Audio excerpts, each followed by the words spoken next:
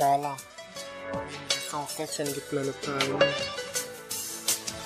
Seni gözüme dünyanın Bağlam dinle sen bilen, sen yanında bağıtlı. Senin başkasını görmek gözlem sana bağlanı. Vardır Allah'ın veren baktı bolarız bir bağıtlı. Verenini kurolu, şol sevgi tağıtını. Senin bağıtlı mı ben yanımda, ait gülüm bana bolan der urda. Senin sevgi sözlerin, seni ağlatmarın. Bağlam gözlerine dözmürün, seni yekke koymurun. Sensiz hiç gelmerin, dünyadaki en oğudan güller sana getiririn. Bundan bağlam söz veryan, seni bağda yetiririn. Yine sana bağışlap yazarım sevgi seterim. Gözlerimin içine serer, gökyüzüne seni sayladım özüme ait. Sana yetmeli veririm, yoğumda bar edip zar edip gitmesen ol yaşalıqdan gözlerim. Benim akıl kuşmadan nazik sözlerim. Bağlam sen söyürün, seni bölürün. Senin başkasını sevmen, senin başkasını vurmen. Bağlam sen söyürün, seni bölürün.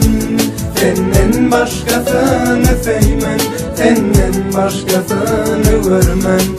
Senin şahidin sayanda kalayın, ömür boyu yanında köyüp men yanayın. Yakınlaşmana gözlerimden kanayın, Rıza taparu sotar levlerinden dadayın. Çakılıp baylalı bütün aleme bağıt duyumuz vuruldu sözlerimden denme. Oluğudan gecede dünyanın gözülü, sen olur fincan lenten çözülü.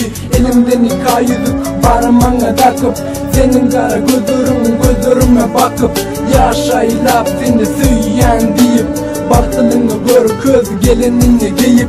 Güya sen de iyice gıyırların meleği, sen benim ömrümün ömürlük bedeği. Bağlam ömrümün sonuna çeni bilecek edeli, bir gereke söyleyi sözlerimi diyeli.